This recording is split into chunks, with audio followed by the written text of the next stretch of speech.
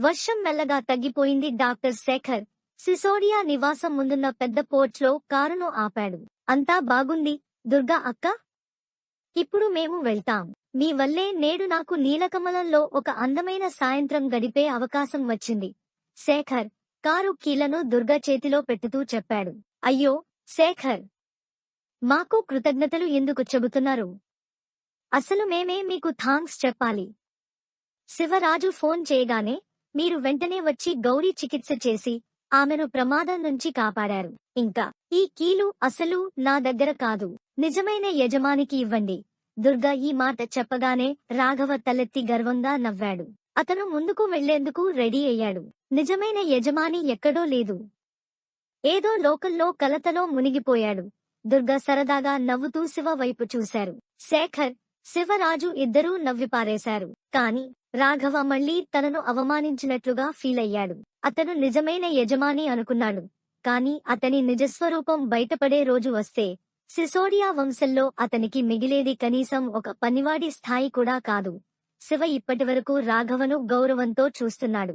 కాని ఒకరోజు అతనిని సిసోడియా ఇంటి నుండి కిక్అవుట్ చేస్తాడు. ఇదిగో యజమానిగారు, మీ కారు కీలు. ఇప్పుడేం చెయ్యాలి యువరాజా? శేఖర్ సరదాగా శివరాజుకు నమస్కరించినట్లు తల వంచి ఇచ్చాడు. ఓహ్ శేఖర్, చాలు ఇప్పుడు. మీరు దుర్గా అక్కతో కలిసి మా మీద సరదా చేస్తున్నారు. ఇప్పుడిక మీరు ఇక్కడే ఉండాలి. వర్షం ఇంకా పూర్తిగా ఆగలేదు. రాత్రి మిడ్నైట్ అయ్యింది. శివ కారును లాక్ చేస్తూ అన్నాడు. అవును శేఖర్, మేము కూడా అదే అనుకున్నాం. దుర్గా శివ మాటను సమర్థించింది. ఇబ్బంది ఏదీ లేదు. కాని బావగారు ఎందుకీ మౌనం? అతనికి నాపై అంత అభిమానం లేకపోతుందా? శేఖర్ సరదాగా అన్నాడు. కాని రాఘవకు ఆ మాటనరాలను తొలిచింది. అతను నాటకీయంగా నవ్వుతూ తన కోపాన్ని దాచుకున్నాడు. ఏం మాటలు మీరు చెబుతున్నారు శేఖర్? మీరు మా సొంతవాళ్లే. దుర్గ కూడా ఆహ్వానం ఇచ్చింది. ఇంకా హోమ్ మినిస్టర్ చెప్పిన మాటను ఎలా తిరస్కరిస్తాం? మమ్మల్ని ఇంటి నుండి గెంటేయిస్తారేమో. అతను బలవంతపు నవ్వు పలికాడు. ఓ, మా బావగారికి చాలా ప్రేమానురాగం. ఇంట్లో తినే హక్కు కోల్పోతామేమో శేఖర్ సరదాగా అన్నాడు. ఈసారి శివ, దుర్గ ఇద్దరూ నవ్విపోయారు. ఇప్పుడిక లోపలికి వెళ్దాం. ఇంకా చాలాసేపు ఇక్కడ నిలబడి ఉండాలా? దుర్గా రాఘవ చేతిని పట్టుకుని లోపలికి వెళ్లిపోయింది. శివ శేఖర్ను కూడా రమ్మని పిలిచింది. ఇంకా ఏం మిగిలింది?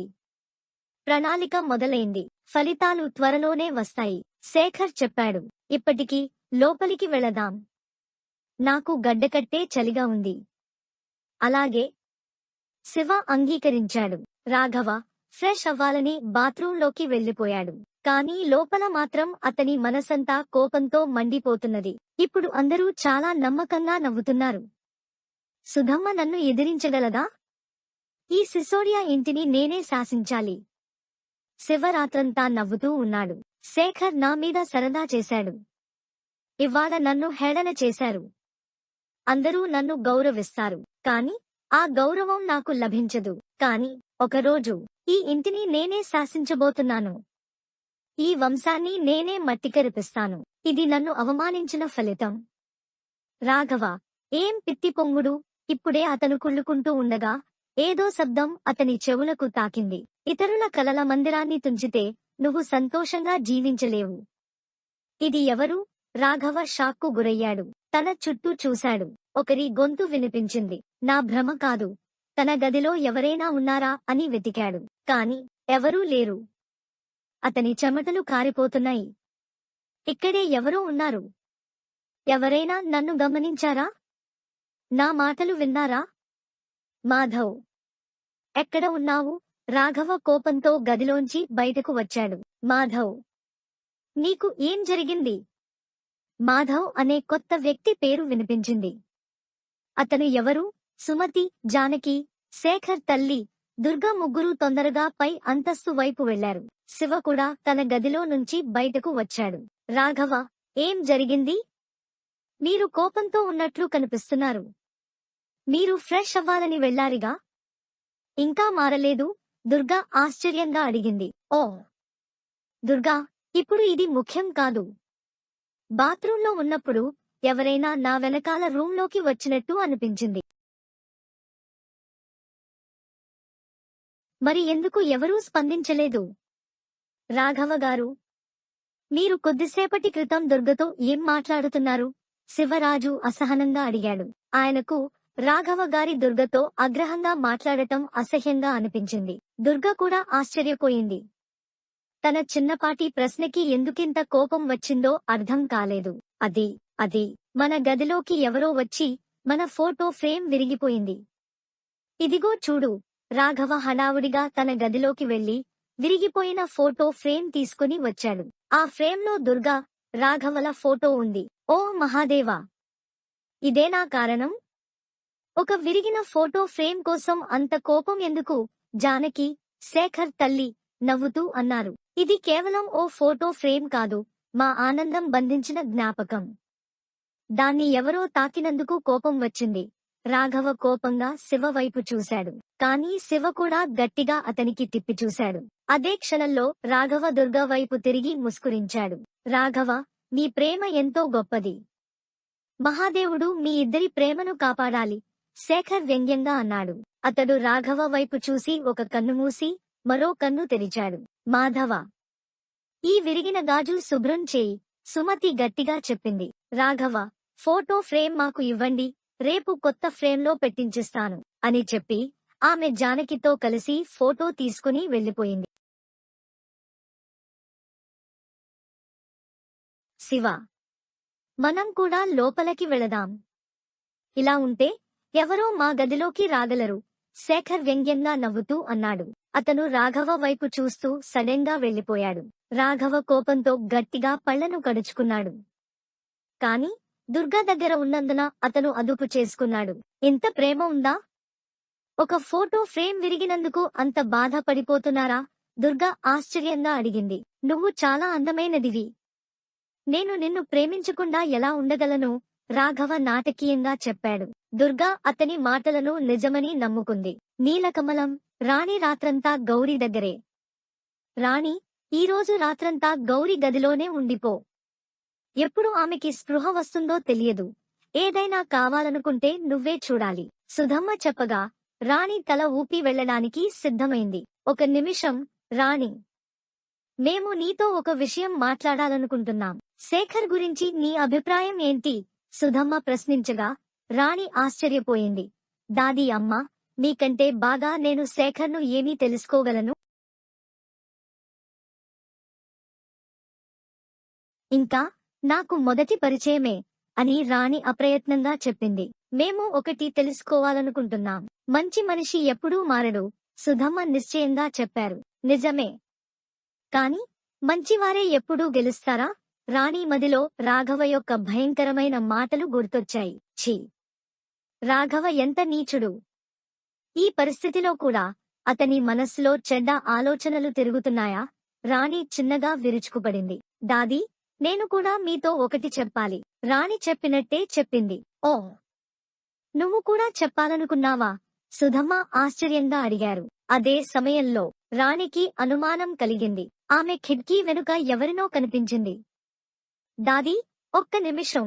రాణి నెమ్మదిగా అది ఎవరో చూడటానికి వెళ్ళింది. తన చేత్తో హఠాత్తుగా తెరను తొలగించింది. కోమలి, సుధమ్మ విపరీతంగా ఆశ్చర్యపోయారు. కాని రాణి మాత్రం పెద్దగా షాక్ కాలేదు. హి హి హి కోమలి ఫోర్స్ చేసి నవ్వుతూ లోపలికి వచ్చింది. ఆమె తాతయ్యమ్మ కాళ్ళు నెమ్మదిగా నలిపింది. ఓహ్, పెద్ద మాల్కిన్, రేపు బ్రేక్ఫాస్ట్ కి ఏం వండాలి అని అడగడానికి వచ్చాను. నువ్వు ఎప్పటినుంచి బ్రేక్ఫాస్ట్ వండడం మొదలు పెట్టావు? ఈ పని రాణి చేస్తుంది కదా? సుధమ్మ అనుమానంగా అడిగారు.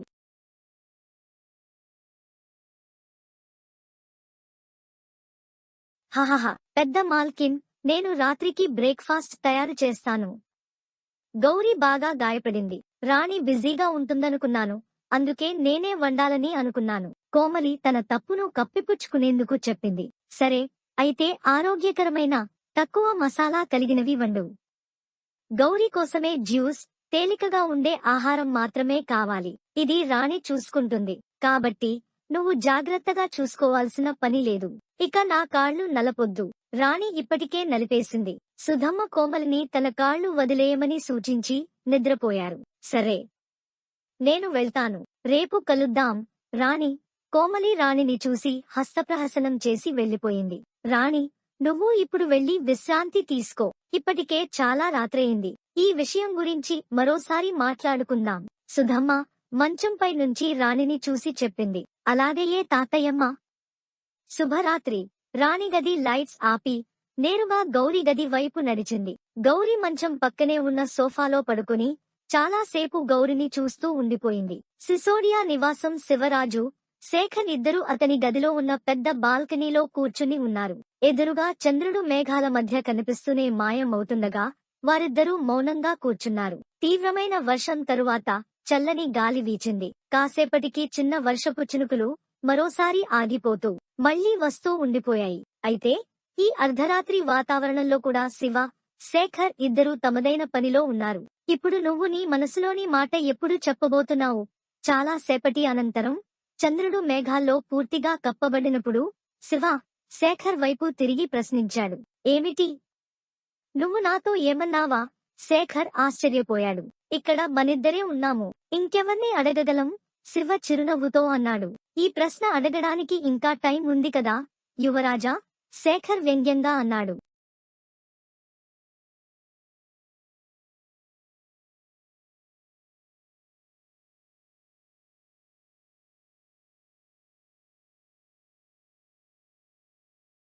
శేఖర్, నిన్ను బాల్యం నుంచి చూస్తున్నాను. నీకు ఏదైనా నచ్చితే దానిపైనే నీ చూపు ఉంటుంది. ఇంకా మళ్లీ మళ్లీ దాన్నే చూడటం తప్ప ఏమీ చేయవు. శివ అతని వైపు కోసంగా చూసి నవ్వాడు. హహా, కాని ఇది చిన్నప్పుడు లాగా కాదు శివ. అప్పుడు ఏదైనా నచ్చితే బలవంతంగా దొంగిలించేవాడిని, లేకపోతే ఏడ్చి సాధించేవాడిని. కాని ఇప్పుడు నేను ఒక పొరపాటు చేయలేను. ఎందుకంటే ఇప్పుడు నన్ను ఆకర్షించినది ఒక వస్తువు కాదు. శేఖర్ సీరియస్ గా చెప్పాడు. అదే నా మాట కూడా. ఈ విషయం మనసుకు ఎంతో దగ్గరగా ఉన్నప్పుడు నిజాయితీగా ఉండడం ముఖ్యం. కారణం, ఓసారి నమ్మకద్రోహం చేశావంటే జీవితాంతం మిగిలేది నెత్తుతే. శివ మాటల్లో లోతైన బాధ కనిపించింది. శివ, దయచేసి నువ్వు నిన్ను తప్పుగా అనుకోవడం మానేయి. నీ తప్పేమీ లేదు, శేఖర్ నిస్సహాయంగా అన్నాడు.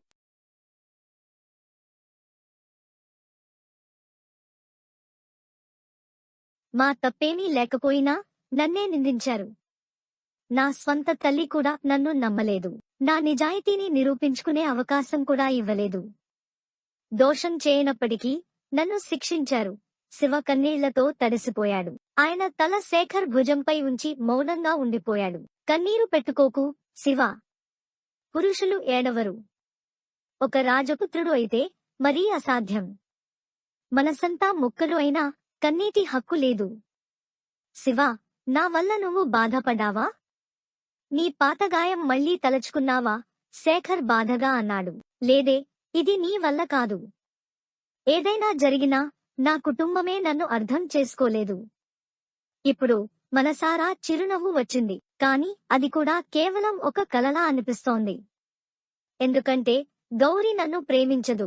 నాకు ఆమె దూరంగా వెళ్లిపోయేలా చూస్తుంది. నేను ఆమెను ప్రేమిస్తున్నానన్న విషయం కూడా తెలుసుకోవాలని కోరుకోవడం లేదు. శివ మౌనంగా నేలపై కూర్చొనిపోయాడు. నీ మనసులో తలంచినదే సత్యం కాదా? నీ ప్రేమను ఒకరోజు అర్థం చేసుకుంటుంది. నిజమైన ప్రేమ ఎప్పుడూ విఫలం కాదు. శేఖర్ కింద కూర్చొని శివ భుజాన్ని తట్టాడు. నాకు అంత అవసరం లేదు శేఖర్. ఆమె నా జీవితంలో ఉందని సరిపోతుంది. నా చుట్టూ ఆమె పరిమళం ఉంటుంది. మహాదేవుడు నాకు వేరేది కావాలని నేనడగను. శివ ఆకాశం వైపు చూస్తూ అన్నాడు. శివ, నీ ప్రేమ గౌరీ జీవితంలో వెలుగులు నింపుతుంది. మహాదేవుడు నీ ప్రేమకు న్యాయం చేస్తాడు. శేఖర్ గట్టి పట్టంతో అన్నాడు. శివ ధీమాగా నవ్వుతూ లోపలికి వెళ్లిపోయాడు. అయితే ఈ రాత్రి శేఖర్ చెప్పాల్సిన మాట అతను చెప్పలేకపోయాడు.